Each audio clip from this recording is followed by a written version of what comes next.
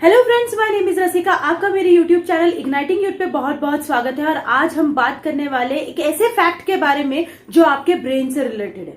दोस्तों, हमें बचपन से ये सिखाया जाता है कि किस तरह हमने चीजों को ज्यादा से ज्यादा याद करने की कोशिश करनी चाहिए। दोस्तों, हम कई बार इस तरह के वीडियोस, इस तरह के ट्रेनिंग प्रोग्राम, इस तरह के सेशंस अटेंड करते हैं जिसमें हमें बताया जाता है कि हम अपने मेमोरी को किस तरह डेवलप कर सकते हैं और हम अपने मेमोरी को किस तरह इंक्रीज कर सकते हैं। आज मैं आपके साथ एक फैक्ट शेयर करना चाहूंगी जो आपकी आंखें खोल देगा कि हमारा ब्रेन का मेन फंक्शन क्या है, कितना अच्छा है हमारा ब्रेन चीजों को याद रखने में। और ये आपको वीडियो के एंड तक पता चल जाएगा कि आपने अपने ब्रेन का एक्चुअल में किस तरह से यूज करना चाहिए और कितना इफेक्टिवली फिर आप इस ब्रेन को यूज कर सकते हैं। दोस्तों, अगर हम अपने ब्रेन को सिर्फ मेमोरी पार्ट के लिए यूज करें तो मैं ये कहना चाहूंगी कि आप अपने ब्रेन के साथ बिल्कुल नाइंसाफी कर रहे हैं। उसका जो रियल काम है उसको छोड़ के उसको एक सेकेंडरी काम पे लगा रहे हैं और वो उतना इफेक्टिवली वो काम को नहीं कर सकता। एक एग्जांपल लेते हैं। अगर मैं आपको बोलूं कि कुछ चीजें लाइक सपोज फॉर एग्जांपल एक सिटी का नाइट व्यू आप याद करो तो किस तरह से याद आएगा आपको। सुबह जिस इंसान से आप मिले हो, अगर मैं आपको ये बोलूं कि उस इंसान का पिक्चर अपने दिमाग में, अपने नजर के सामने लाओ तो किस तरह से आएगा वो पिक्चर। अगर मैं आपको बोलूं कि सुबह जो आपने लेक्चर अटेंड किया है, उस लेक्चर में आपने जो जो पॉइंट्स अटेंड किए हैं उसको वन बाय वन आप अपने नोटबुक में नोट डाउन करके रखो और उसको मेरे सामने एक बार आप समझा के बताओ तो कितनी हद तक उस लेक्चर को आप याद रख पाओगे। और अगर इन सभी का क्वेश्चन आपके जहन में आंसर आता है कि we will get a blur image of any person, of any event, of any circumstances and we will get approximate roughly, किसी की मेमोरी के हिसाब से कोई 80% याद रख सकता है किसी लेक्चर को हम 30%, किसी लेक्चर को हम 40%, डिपेंडिंग ऑन सिचुएशन कैसी थी, दोपहर का टाइम था, हमारा कंसंट्रेशन कितना अच्छा था। ये सब चीजों पे आप कितना याद रख सकते हो ये मैटर करता है। दोस्तों, अगर मैं इसमें से फुल कंसंट्रेशन की बात करूं तो भी हम किसी भी चीज को 100% डेटा रिट्राइव नहीं कर सकते अपने दिमाग से। हमें उन चीजों को अप्रोक्सीमेटली हम एक सीन बता पाएंगे या हम एक स्टोरी बता पाएंगे कि उन्होंने ऐसा कहा था, फिर इस कंसेप्ट पे उन्होंने थोड़ी सी बात की थी, फिर उसके बाद उन्होंने इस पर्टिकुलर साइंटिस्ट के बारे में बात किया था और उसके बाद उन्होंने कंक्लूड इस टॉपिक के साथ किया था कि अगले दिन हम ये टॉपिक पढ़ने वाले। That's only thing we are going to remember. That's why we take notes in the lecture to remember each and everything. दोस्तों, हमारा ब्रेन याददाश्त के लिए बना नहीं है।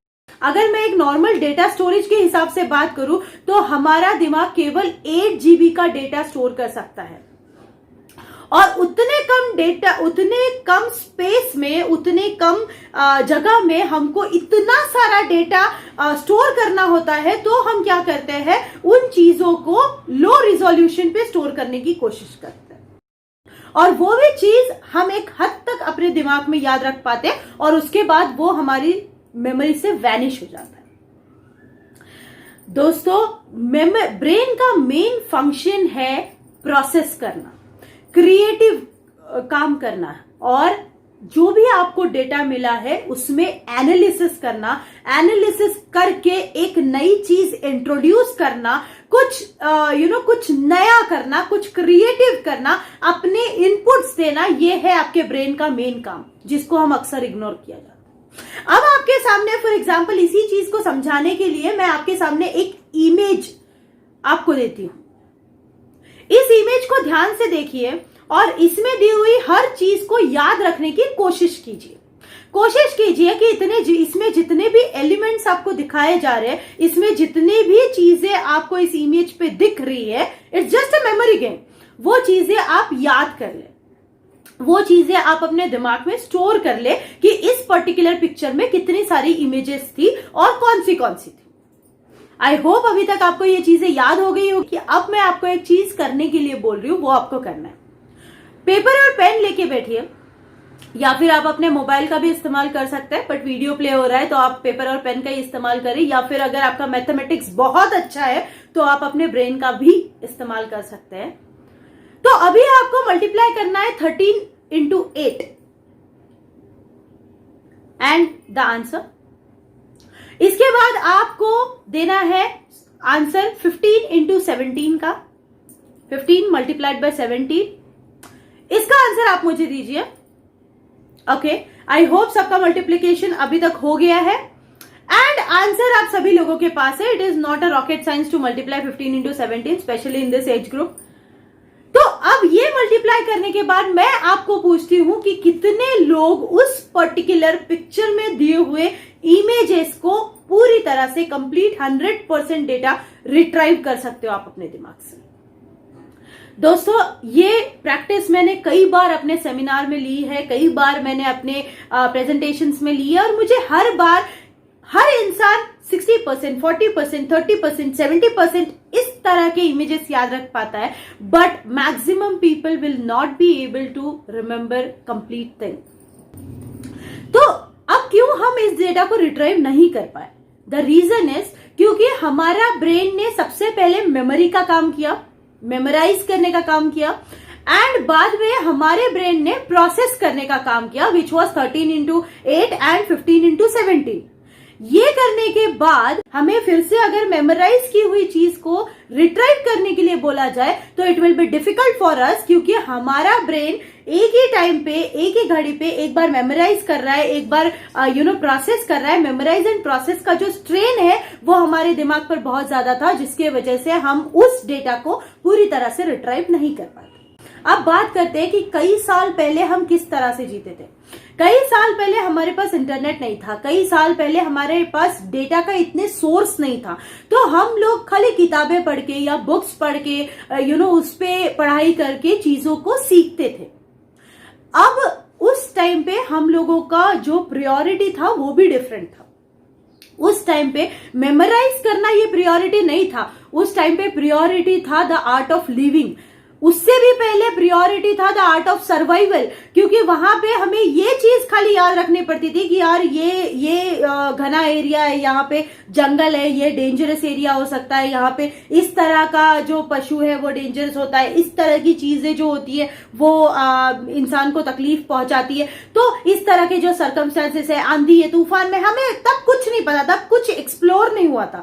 तो अगर हम एंशिएंट टाइम पे अपना वर्जन अगर थोड़ा सा पीछे लेके जाए तो हम एक चीज को याद रख सकते हैं कि यार हम तब मेमोराइज करने पे उतना फोकस नहीं करते थे, हम डेटा प्रोसेसिंग पे उतना फोकस करते थे, हम चीजों को समझते थे सिचुएशन के हिसाब से और उस पे फिर अपनी एक रिजल्ट है ना उसका सेव करके रखते थे। जैसे ये सर्कमस्टेंसेस आता है, उसके बाद ऐसे ऐसे होता है, तो उसके बाद ऐसा होता है। That was our analysis on the current situation, on the practical situation. अभी हम क्या कर रहे हैं?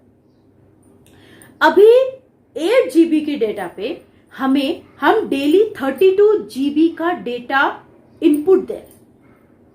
हम डेली 32 GB का डेटा इनपुट देते हैं। अप्रॉक्सीमेट बताती हूँ, जो लोग नॉर्मली फेसबुक, यूट्यूब, सारे social media, internet things, TV, जो भी जहां से आपको इनपुट मिलता है ना, जहां से आपको इंफॉर्मेशन मिलती है ना, वो इंफॉर्मेशन हम ब्रेन में स्टोर रखने की कोशिश करते हैं और वो हम अपने ब्रेन को फीड करते हैं, और वो डेटा अप्रॉक्स है 32 GB।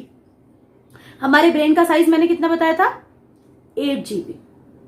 और उसमें से हम 50,000 थॉट्स, मैं उन लोगों की बात कर रही हूं जो नॉर्मल थॉट प्रोसेस में रहते हैं, उन लोगों की बात नहीं कर रही हूं जो ओवर थिंकिंग के शिकार है।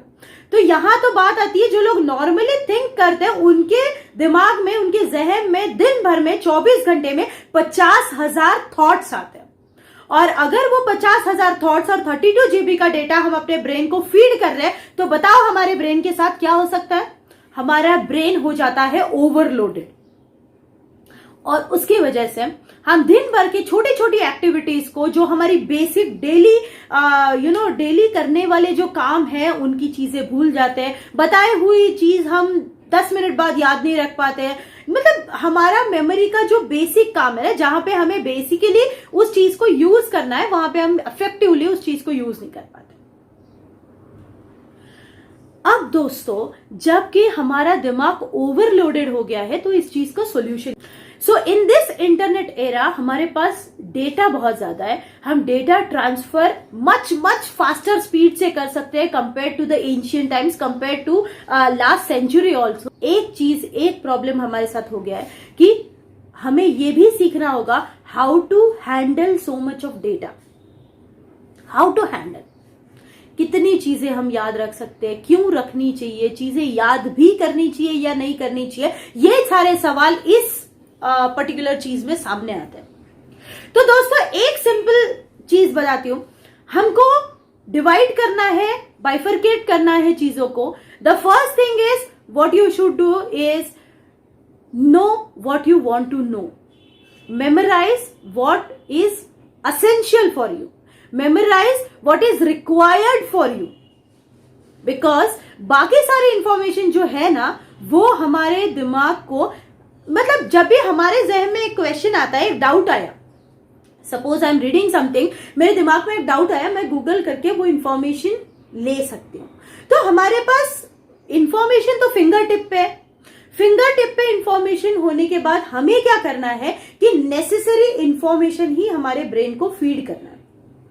अगर हम बहुत ज्यादा मात्रा में इंफॉर्मेशन अपने ब्रेन को फीड करेंगे तो हमारा ब्रेन हो जाएगा ओवरलोडेड, और ओवरलोडेड होने की वजह से आपको चीजें याद रखने में मुश्किल आएगी। आप ब्रेन का सही इस्तेमाल करना सीखो, ब्रेन को प्रोसेसिंग करना सिखाओ। अब जब कोई भी चीज याद करने की कोशिश करते हो, स्पेशली मैं अभी स्टूडेंट्स के बारे में बात कर रही हूं, जो लोग पढ़ाई करते हैं, पढ़ाई करने वाली जो चीज है ना, अगर उसके साथ आप थोड़ा सा एनालिसिस जोड़ दोगे ना, विजुअलाइजेशन जोड़ दोगे ना, तो वो चीज आपको याद रहेगी और हमेशा याद रहेगी, क्योंकि वो ब्रेन का काम है, उसने कंसेप्ट समझा है, उसने याद नहीं किया। जहां पे बात याद करने की आती है ना, वहां पे भूलना तय है, क्योंकि ब्रेन की टेंडेंसी है, अगर आप आज याद करोगे आप कल भूलोगे, और अगर कल नहीं भूले ना, तो कल आप सिर्फ उसमें से 50% चीजें ही याद रख पाओगे।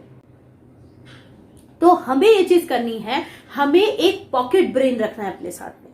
पॉकेट ब्रेन है हमारा मोबाइल, जहां पे जब जरूरत पड़े, जब भी आपको काम पड़े, उसी टाइम पे आप उस रिलेटेड का डेटा एक्सेस करोगे और उसे पढ़ोगे और उसे समझने की कोशिश करोगे। अब होता क्या है ना यार, हम क्या करते हैं, हम देखो, अब हमने कोई भी सोशल मीडिया साइट ऑन की, सोशल मीडिया ऑन करने के बाद हम क्या करते हैं, जो चीजें हमारे रेलेवेंट नहीं भी होती है, उन वीडियोस को हम देखते हैं। डायरेक्टली और इनडायरेक्टली वो डेटा आप अपने ब्रेन को फीड करते हो। आप टीवी सीरियल्स देखते हो, काफी सारा जो चीज काम की नहीं है वो चीज भी आपके ब्रेन में फीड होती है। आप नेटफ्लिक्स देख रहे हो, आप मूवीज देख रहे हो, आप कई सारी सीरीजेस देख रहे हो, आप यूट्यूब के वीडियोस फॉलो कर रहे हो, कई ऐसी चीजें हैं जो आप देखते हो, पर उसमें से याद कितना रख सकते हो, उसमें आप इंप्लीमेंट कितना करते हो, इसका रेशियो आपका रहेगा 0%। द रीजन इज क्योंकि हम इतनी सारी चीजें देख लेते हैं कि हम वो चीज को याद नहीं रख पाते जो हमारे लिए इंपॉर्टेंट थी, जो हमें करनी थी। फॉर एग्जाम्पल, अगर आपको एक टाइम मैनेजमेंट का वीडियो देखना है, जो मेरा लास्ट वीडियो था, मैं डिस्क्रिप्शन बॉक्स में उसकी लिंक डाल दूंगी। टाइम मैनेजमेंट का वीडियो अगर आपको देखना है तो आप YouTube पे आने के बाद, वो वीडियो देखने के बाद आप कई सारे वीडियोस देखते हो जो YouTube सजेस्ट करता है, और उससे होता यह है कि जो आपका मेन टाइम मैनेजमेंट का वीडियो तो जो आपने देखा था या आप देखना चाहते थे, उससे आप डिस्ट्रैक्ट हो जाते हो और कई सारा डेटा अपने ब्रेन को फीड कर लेते हो, जिसके बाद आप टाइम मैनेजमेंट का वीडियो देखने के बाद भी उसके पॉइंट्स रिट्राइव नहीं कर सकते। दोस्तों, हमें इस चीज पे फोकस करना है कि हमें डेटा कब अपने ब्रेन को फीड करना है, किस टाइम पे फीड करना है, क्या मुझे उसकी जरूरत है, क्या इस चीज पे मैं अभी काम कर रहा हूं, अगर हाँ तो फिर उस डेटा को आप रिट्राइव कीजिए। Life is not short, life is not short, but we are not able to manage it. इतना सारा डेटा लेके अपने दिमाग में स्टोर करने की कोशिश मत करो। आपको पता है 50,000 थॉट्स में आप डेली जनरेट जो करते हो, उसमें से अगर आप आधे थॉट्स भी रिट्राइव कर पाए ना, तो it is well and good, your memory is working fine. But then what about the 25,000 thoughts which you have lost? और इसलिए कहा जाता है डू जर्नलिंग, इसलिए कहा जाता है make a to do list, इसलिए कहा जाता है कि that is the best way to manage your time efficiently. And once you start managing your time, you will start utilizing your brain in a proper way. क्योंकि तब purpose आपके सामने रहेगा, तब वक्त आपके हाथ में रहेगा और तब जिंदगी को किस तरह से जीना है ये आपको पता रहेगा। 40,000 एम्प्लॉय है कंपनी में जो एक ही काम करते हैं, बट देन एक ऐसा बंदा जरूर होता है जिसका उस काम में अपना वाला टच होता है, जिसका उसके काम में एक्स फैक्टर होता है। और वो जो एक्स फैक्टर है ना, it is nothing but the creativity, because जो उसको बताया गया है ना इंस्ट्रक्शन, उसने उसके आगे जाके, उसके बियॉन्ड जाके कुछ अपनी चीज वहां पे इंप्लीमेंट की है, कुछ अपना तरीका उसने इंप्लीमेंट किया है, उसने ब्रेन को as a processing unit use किया है और उसके वजह से वो बंदा उस कंपनी में रिकॉग्नाइज होगा। और ये रही मेरी आज की बात। Thank you so much for watching this video. अगर वीडियो पसंद आए हो तो लाइक, शेयर और सब्सक्राइब जरूर कर दीजिएगा। Let people know about this fact.